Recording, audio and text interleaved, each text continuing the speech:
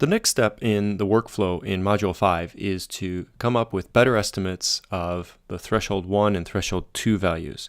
You'll remember in the earlier work we used default values of -15 and 3 for T1 and T2 respectively. So what we're going to try to do now is go into the randomly sampled mesh 3, this folder here, and inside here you should have the zone stat CSV that we just made. I want you to open this in Excel. And once you've got that open, let's take this down. Let's open this up a bit and take a look at what we've got here.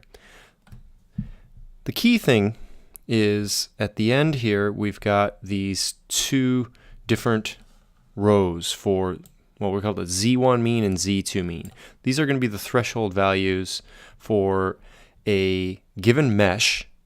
Out of the 120 meshes, these were the values that each mesh had for the minimum image and for the difference image. Now, how do we take this data, which you'll remember, of course, is for each of the randomly sampled meshes. So we've got these IDs, no particular order here. I could sort that if I had to.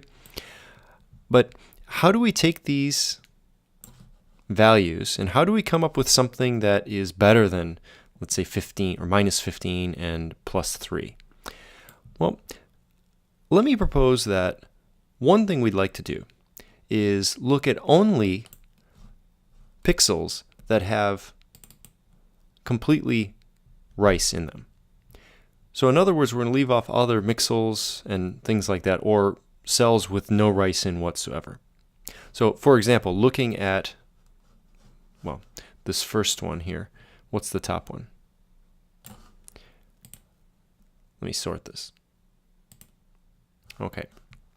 And once that's sorted, if we look through here, yeah, the first one, that first pixel had no rice in it. So going here and using these values doesn't really make much sense. So why don't we do this for the first cut analysis? For this B4 rice rate, let's filter this column, this AC column, such that we only look at pixels, or meshes I should say. We only look at meshes that have a value of 100% rice.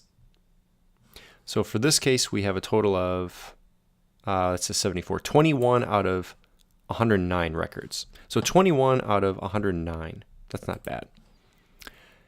And you'll remember it's not 120 because some were not actually sampled for various field-based reasons. So we've got showing right here 21 different meshes that had a total of, well, 100% rice. The next thing we can do is look right here at these columns. Let me open this up a bit so you can see what the titles are. Well, there's nothing in these, and that's good in this case. We had the preparation stage, the planting stage, the growing stages. Then we had the harvest stage, and then the fallow stage. If you had values that had 100% rice in the harvest stage or in the fallow stage, you would not be using those for threshold values. And that's because the images that we have are from, well, the inundation phase and then from the growing phase. So you wouldn't want something where it had rice but it wasn't showing at that season in INAHOR. So we're kind of lucky here in the sense that we don't have either of these. We don't have to filter. So any of these are fine. So how would you go about looking at this list and getting some values that make sense? For an exercise, let's just do this. Let's assume that the Z1 value, this is the very lowest possible threshold 1 value for the inundation stage. And this means it is going to be a very low backscatter. So this should be a lot of water. If we go for, let's say, what's the lowest value here? -21, -23. Okay, -23, this one right here, that's a very, very dark mesh. And if we go with this one, we're going to miss a lot of the other meshes that didn't have as dark of values, but were indeed 100% rice.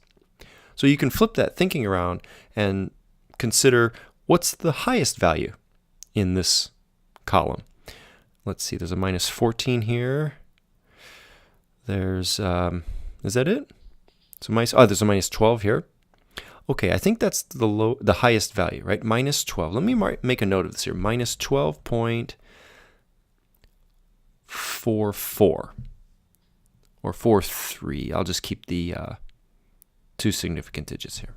So that means we're going to get all of these that we know are 100% rice.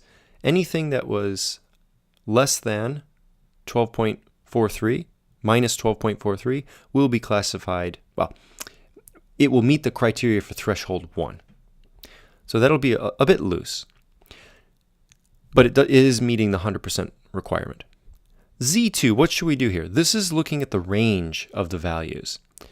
And, you know, you could look at this and say, what's the highest value here? Let's see, 13.7, 13.7, 16.5. That's a huge range, right? Think about what a big range means here. A big range means that the first value was very, very low, may have been a very dark surface, such as water. The second value was very, very high in backscatter, so something that was really reflecting the radar. Could be rice. Well, in this case, it probably was rice, because these are the pixels that are showing only rice. But if we went with this very high range value, that means all these other ones that have lower ranges in terms of difference in backscatter over the course of the images, we'd be missing those, and we wouldn't classify these as rice. So a safe way of going about this is to look instead at the lowest value we have here. And which one might that be? I see a 4 here.